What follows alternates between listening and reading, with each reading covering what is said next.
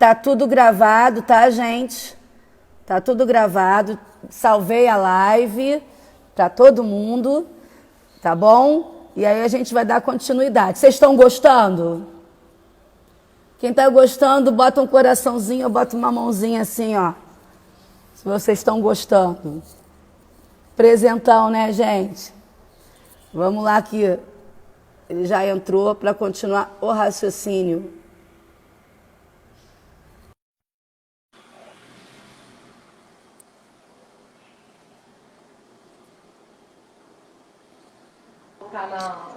Opa!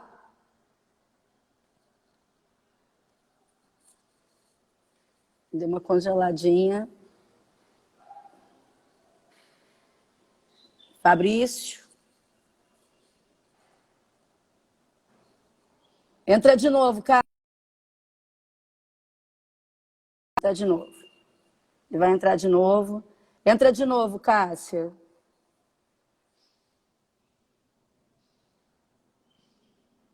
E outra coisa, o pessoal está perguntando dos artigos e tudo. Ele vai deixar o contato dele.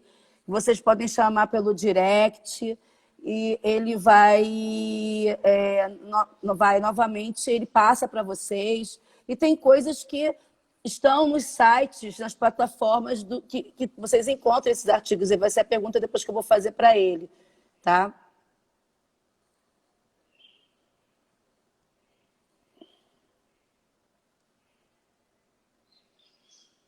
Vamos lá. Oi. Segue De aí, volta. parceiro. Fui dar uma nadada e voltei. Ó, o aplicativo é esse mesmo, que a tia Sábia colocou.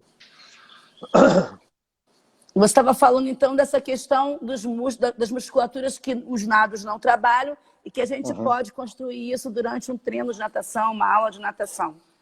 Então, se a gente observar, culturalmente, o nosso país existe um apelo muito grande pelo glúteo, né?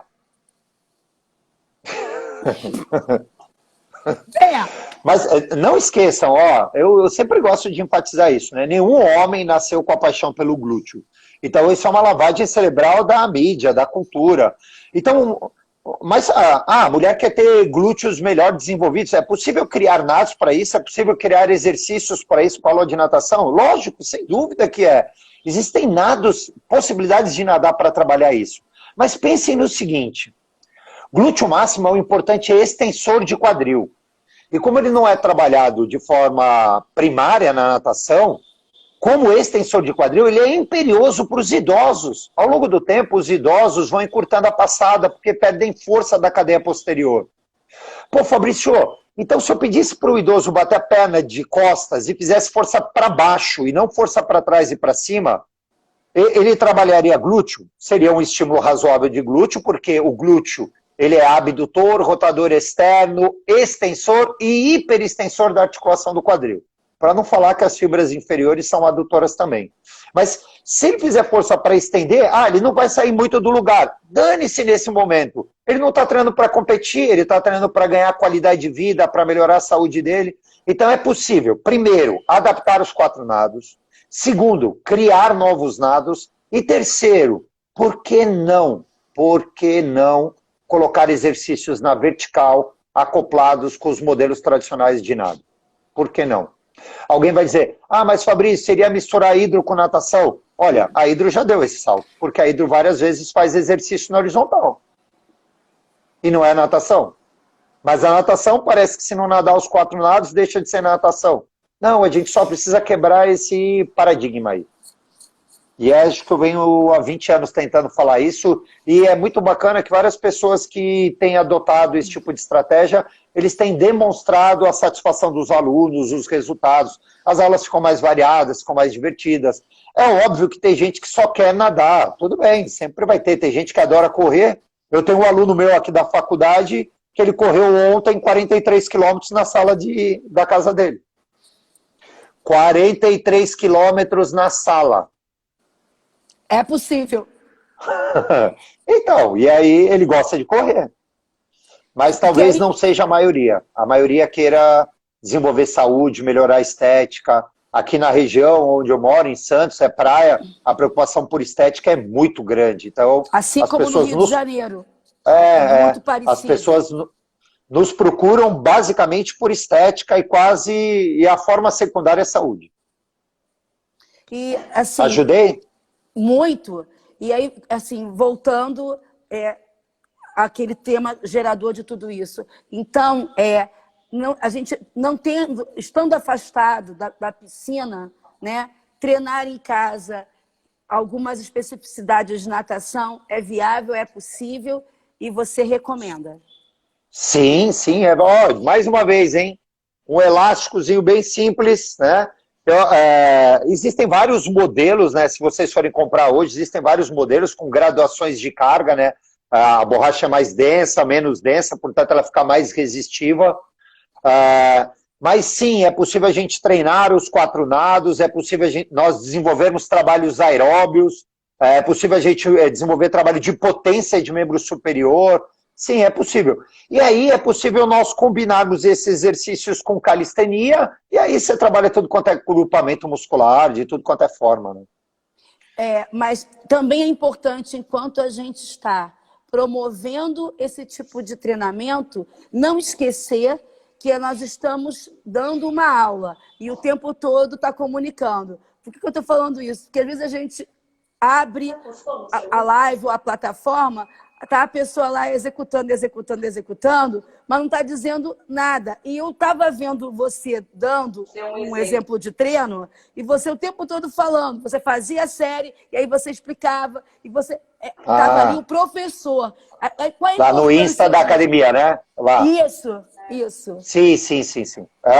Essa é uma preocupação que a gente tem decisiva, porque a gente sabe que a partir do momento que vai cair na internet, qualquer um vai ver, qualquer um vai tentar reproduzir.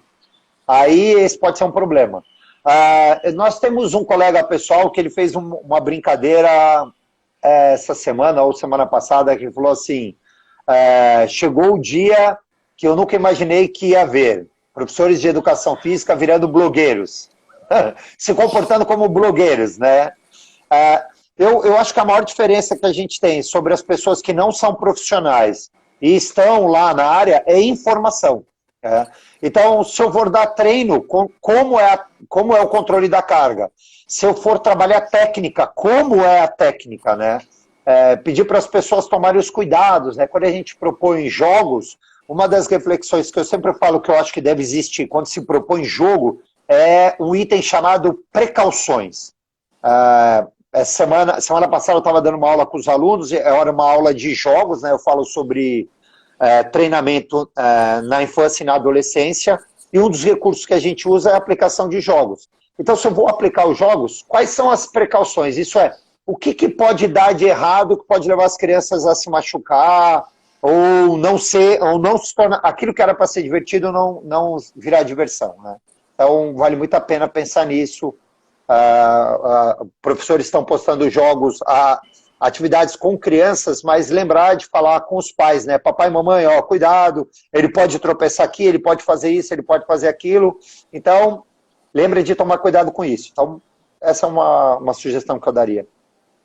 Para fechar, Fabrício, você falou de artigos e né, onde as pessoas podem encontrar artigos e quais seriam as palavras-chave, tá, dentro do que a gente conversou hoje para as pessoas fazerem busca?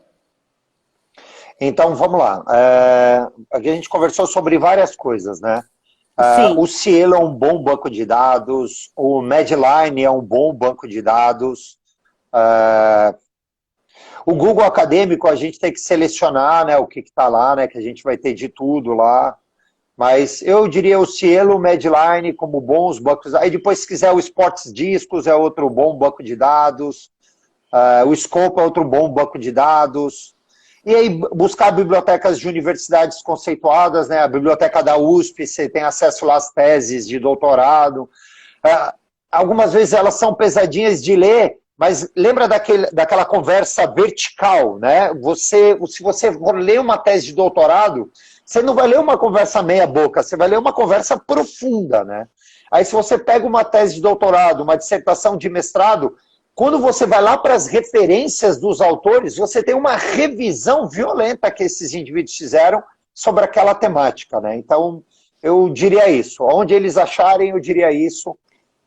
Hoje a gente tem o Google Tradutor nos ajudando muito com quem tem dificuldade com inglês. Não desiste.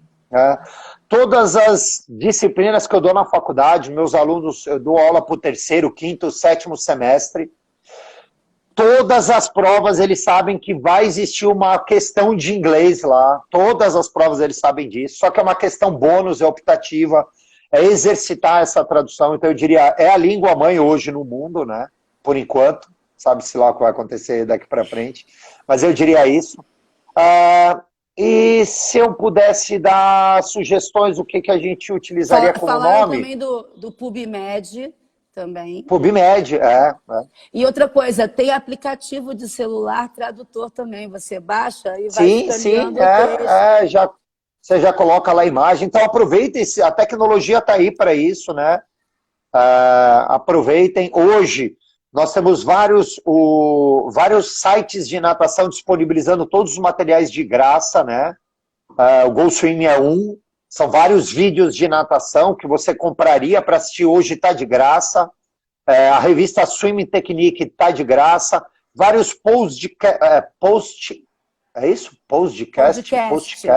Podcast, valeu, obrigado.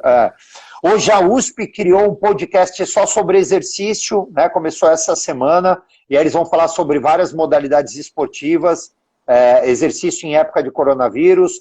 Vários grandes sites de natação estão fazendo podcasts sobre natação, então é muito legal. Eu diria, aproveite o máximo que puder. E aí, a Roxana foi uma convidada da minha primeira semana de live, ela deu uma dica muito interessante. Legal. Na hora de pesquisa, e a Mayra também, uma vez, eu fiz um curso com ela só sobre busca de artigo. Ela está aqui assistindo as duas. E a Mayra, e ela fala, tanto a Mayra quanto a Roxana, na época, foi muito legal. Ela falou assim, não adianta botar hidroginástica. Tem que, algumas palavras-chave vocês têm que colocar para poder chegar nos artigos. Quais seriam as palavras-chave, Fabrício, que você podia dar para a gente aí, pessoal? O que a gente falou, o que a gente viu, por exemplo, hidroginástica você vai achar no Cielo, né, que é bancos de dados da literatura nacional e do Caribe, você vai encontrar, você pode digitar. Do contrário, você vai ter que utilizar outras palavras, aquatic exercise, water exercise. Nesse caso, do elástico, quem quiser fazer procura com elástico, vai encontrar stretch cords. Essa é a palavra mãe. Stretch, cordas elásticas, né? Se você for fazer em busca em português, você vai encontrar elástico cirúrgico, né? Elástico cirúrgico para nadadores, aí você vai encontrar lá. Nado atado, na hora que vai para a parte da piscina, que é um outro curso que a gente está montando só de nado na parede, eles chamam de nado atado, e aí você vai ver o elástico cirúrgico aparecer bastante. Mas stretch cords é a busca que você mais vai encontrar com artigos falando sobre isso. Cordas elásticas. E quando você falou de sincronidade de nado, qual é a palavra-chave também, que foi uma coisa que você pontuou bastante? Motor control, porque eles são, apesar de eles serem da área de biomecânica, os autores, eles começaram a trazer base teórica da área de controle motor. Então, motor control and swimmers, e nadadores, né? E aí é muito bacana, a gente vai ter... Esse livro que eu mostrei para vocês, basicamente, ele é só construído com pesquisas deles dos últimos anos sobre isso, né? Foi por isso que quando o Gustavo falou assim, pô, Fabrício, quem que você traria para a gente ajudar a natação? Aí eu logo falei, putz, DJ Chollet, se não traz o Ludovic Seifert, são os maiores pesquisadores no momento sobre... Então, quem ama ensinar? Fabrício, eu amo ensinar. Você ama ensinar. Então, você vai ensinar o nado crawl. Aí eu pergunto, qual crawl? Né? Qual sincronização de braço? Qual sincronização de braço e respiração? Em que momento do ciclo da abraçada o nadador solta o ar? Então, não é em qualquer momento. Isso muda de acordo com a distância da prova. Como ele sincroniza o braço e a perna. Então, tudo isso é muito legal. Para fechar, a última pergunta. Ah, peraí, pediram para mostrar o livro de novo. Ó, Eu só fico olhando para você. Ó, o seu ponto eletrônico é maravilhoso. É. Tudo bem? Ah, eu posso fazer uma brincadeira rapidinha, Fica à Renata? vontade, a live é sua. A imagem desse livro é a imagem de uma criança nadando borboleta, né? Então, pessoal, outro dia eu ouvi uma pessoa dizer assim, o borboleta é um nado que tem muita carga, muita carga. Não, não é. O borboleta não é carga. Veja, o grande problema é que a maioria dos modelos de ensino não ensinam a pessoa a controlar esforço do borboleta. Outro dia eu estava na piscina e eu estava lá com um grupo de colegas e eu falei assim, marca um tempo aí que faz tempo que eu não nado 400 borboleta, eu vou nadar 400 borboleta. Aí, no primeiro momento, eles deu um delay neles, eles ficaram parados assim, olhando para mim. Eu falei, pega o relógio. Aí um perguntou assim, pô, mas professor, você vai fazer de 50 em 50? Eu falei, não, vou nadar 400 borboleta direto. Mas sem parar. Cara, eu quando era criança, a gente começava o treino com 1000 de borboleta. O grande problema é como se nada a borboleta devagar. Aí é bem bacana que tem um estudo desse grupo de autores que eles investigam nadadores nadando 50, 100, 200 e 400 borboleta. E aí eles investigam o que eles mudam na braçada para economizar energia e nadar de forma mais leve. Então, nadar borboleta não é intensidade. Borboleta cansa muito. Cansa porque você não sabe nadar devagar. Aí pede para um bom professor te ensinar como se nada o borboleta devagar. E aí a gente tem literatura aí pra caramba mostrando o que os nadadores de elite fazem para nadar devagar. Aí o professor pega essa informação e é isso que as pessoas precisam fazer. Tudo bem? Então borboleta não cansa. Eu vi, inclusive... O nado que mais cansa é o peito. Eu vi, só inclusive... que o peito é que...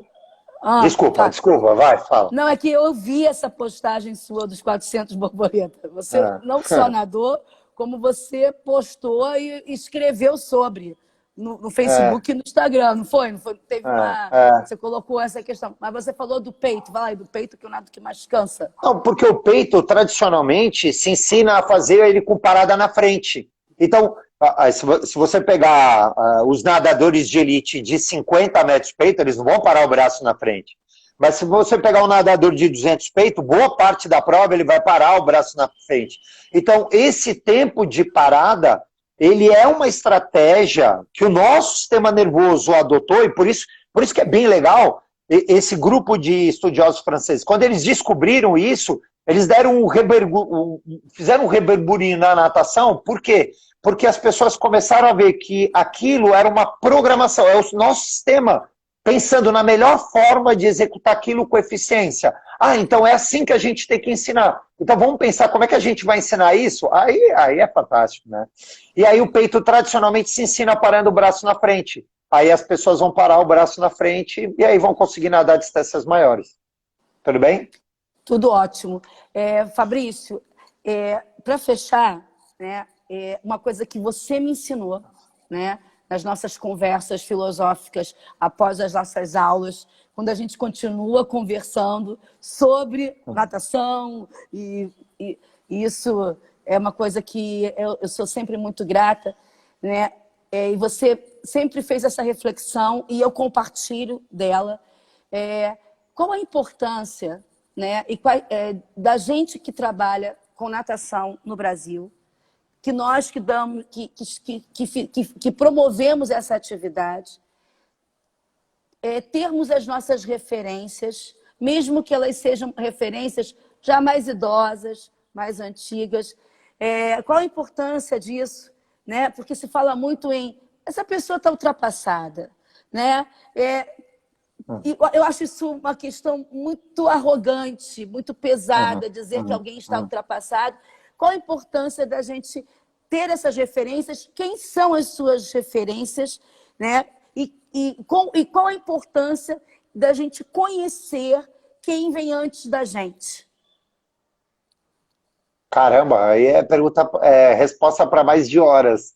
Eu gostaria de não dar nomes. Não dá nomes. Se você achar, eu poderia dar nomes. Mas se eu der nomes, talvez eu seja deselegante com várias pessoas que eu amo amo assim, tenho um respeito enorme e eu não daria nome deles, né? A começar pelos meus técnicos na base, as pessoas dos meus primeiros cursos, né? Então eu ficaria fascinado. Mas certa vez eu estava sentado numa mesa conversando com um grupo de amigos e um colega disse assim: tal pessoa, ela é muito antiga na hidroginástica. Na verdade, se discutia da hidroginástica. E isso me fez fazer um post enorme sobre isso, né? Então ele falou assim: tal pessoa é muito antiga, portanto as pessoas não querem mais ouvi-la. Eu fiz um post e no post eu falava assim: olha, eu não tenho um Audi, mas toda a ciência que existe por trás da construção de um carro Audi, da marca Audi, ela demorou muito tempo. Toda a ciência existente ali, ela demanda de um histórico de vivência e de estar antenado com o que vem acontecendo no mundo hoje. Então, qualquer profissional que começou quando não tinha nada, se eu for pensar, turma, quem está aí é mais jovem, deixa eu contar uma coisa para vocês. Na década de 90, as piscinas não tinham brinquedos. Não tinha brinquedo em piscina. Tá? A gente está falando que isso é uma coisa nova. Eu vou lembrar de 96, 94, de levar os brinquedos para a piscina e as pessoas falarem: mas você vai dar brincadeira ou aula de natação? Então, os brinquedos, eles são novos, mas tem gente pensando que acha que o brinquedo nasceu ontem, né? 3 anos atrás. A gente já está falando de coisas de mais de 2 séculos, 2 décadas, né? E para isso, as pessoas viram que dava certo com os brinquedos, que não davam certo com os brinquedos, vários conhecimentos são produzidos através disso. E eu vou lembrar, e aí eu vou falar o nome dessa pessoa, porque é uma pessoa que eu tenho uma estima enorme, infelizmente ele faleceu, o professor Salvador Marcos Felizetti, um dos introdutores da natação para bebês no Brasil. Outro dia eu estava acompanhando e uma pessoa veio conversar comigo: Fabrício, você já viu esse negócio de mergulho lateral, né? Então, quem me conhece sabe que eu faço mergulho lateral. Tal pessoa descobriu isso. Eu falei assim: olha, bacana, talvez você não tenha ouvido ela direito. Eu acho que não foi ela que descobriu isso, não. Mas acontece esses erros de interpretação, né? Não estou dizendo que a pessoa disse que foi ela, mas, na verdade, o professor Salvador, ele propõe isso e a gente avança com o conhecimento sobre isso, né? Então, ele observou na Alemanha uma pessoa fazendo um determinado padrão de mergulho, ele trouxe para o Brasil, ajustou para a flexão da coluna cervical do bebezinho, aí eu trouxe o conhecimento que eu tinha de anatomia para domínio do diafragma e pronto, saiu.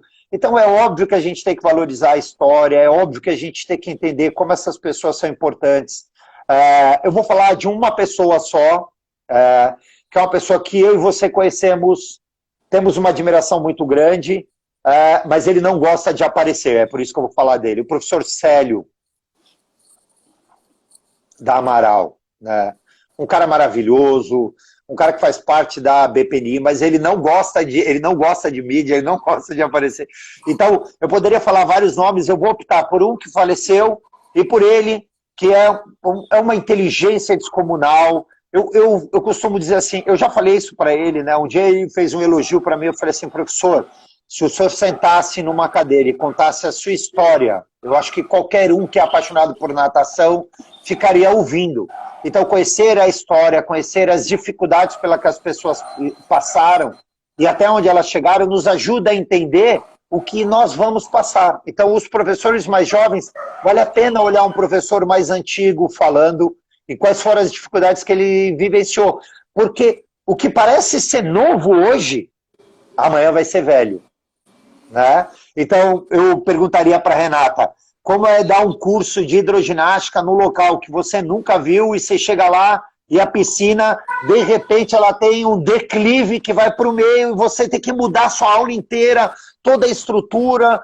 Cara, isso é fantástico. E isso, não tem livro que ensine, isso é a prática, né? Como você vai lidar com a prática, quebrou o som, você está dando um curso de hidroginástica e de noite, aí começa a chover, o som quebrou, e daí? Você vai continuar tocando aula de hidro, mas não vai ser com conhecimento de prática de um ambiente completamente controlado. vai ser uma aprendizagem que só a vida pode te fazer. É você dar aula em vários locais, em diferentes condições, em diferentes estados, para diferentes pessoas. E isso, aquele professor que tem tempo de borda de piscina, só ele tem. Só ele tem. Você pode ler o que você quiser, você pode ser, na sua academia, a pessoa mais ferrada do universo, mas se você não conhece o que é a realidade de outras cidades, de outros países, de outras pessoas, você conhece uma visão do mundo bem pequenininha. Portanto, eu amo ouvir as pessoas mais velhas, aquelas pessoas que têm história, deram aulas em diferentes lugares, em diferentes condições para diferentes pessoas. Eles têm um conhecimento que não tem livro. Você me emocionou agora, porque eu amo Célio também, eu nunca vou me esquecer daquele Jopef que a gente dividiu um curso junto. E ele foi lá, lembra disso? Ele foi lá humildemente nos buscar. Que ele botou a gente no chão, contando a história dele, e quando ele saiu do carro, a gente falou, Deus do céu, né? Exatamente. Ele foi lá encontrar com a gente, né, acolher a gente, né, e fomos jantar, e ele começou a falar, e a gente se catucava por debaixo da mesa, e quando ele foi embora, a gente virou um para a cara e falou assim, que aula que privilégio que a gente teve essa noite de estar com o Célio ali, e a gente ficaria até o dia seguinte, né, Fabrício? Porque era... E numa simplicidade, né? Numa simplicidade de quem está contando coisas que faziam parte do dia a dia dele, que fazem parte da vida dele. E é isso. E acho que a gente encerra...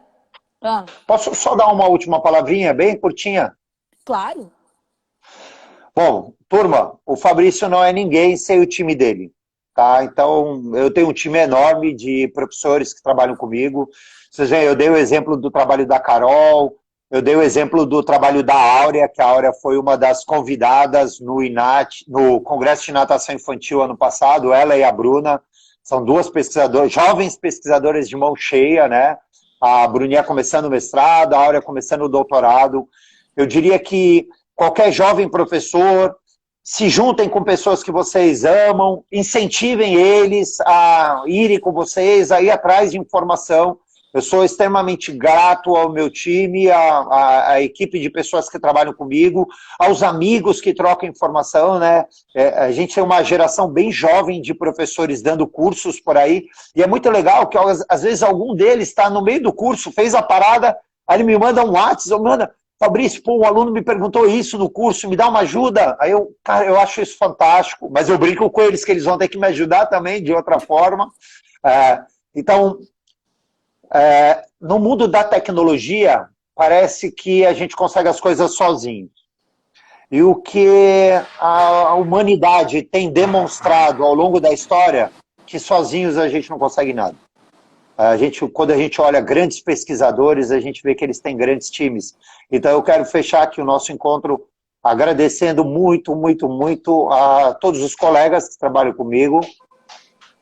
Eu tenho uma paixão enorme por eles, por todos eles. A gente sabe que alguns deles estão passando por dificuldades muito fortes agora, porque não tem onde trabalhar, né? Algumas academias vão fechar. A gente espera que isso mude. E eu agradeço a todos os professores que são apaixonados por ensinar. Valeu. Eu quero te dizer o seguinte, muito obrigada por você ser quem você é, tá? Todo mundo... Eu fico imaginando como é difícil muitas vezes as pessoas, e eu me coloco também nessa mesma situação, como é difícil e a responsabilidade que a gente carrega todo dia, né, de representar tanta coisa e ter cuidado com o que a gente fala, cuidado com quem a gente acolhe ou que pode parecer que a gente não está acolhendo, né?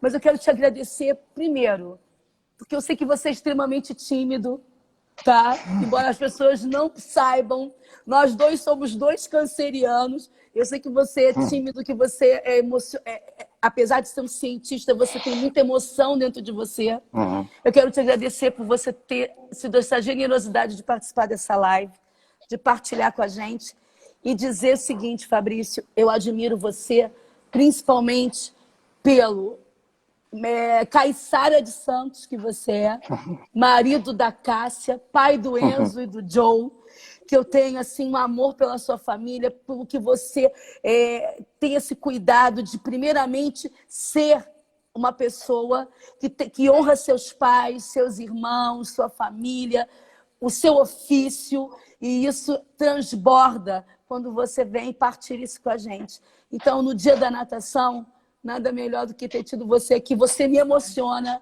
e eu tenho muita felicidade de você ser meu amigo, de você me ligar, puxar minha orelha, de você me ligar e dizer que tá tudo certo e de você estar sempre aqui para o que deve é.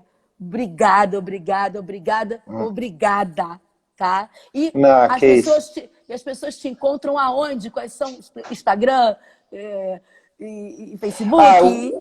O meu é bem simples, é Fabrício Madureira Madureira. Acho que Instagram, Facebook, eu preciso fazer. Todo mundo fala, o Facebook estourou, eu preciso fazer outro. Aí tem gente que fala que não adianta mais fazer Facebook. Aí o Instagram é Fabrício Madureira, mas o Facebook também. Obrigada. Não, eu que agradeço. E parabéns a todos os envolvidos aí. Espero poder ter dado alguma ajuda e, de alguma forma, ter contribuído para melhorar um pouquinho a natação. Tá bom? Valeu, um abração, até mais. Beijo. Tchau, pessoal.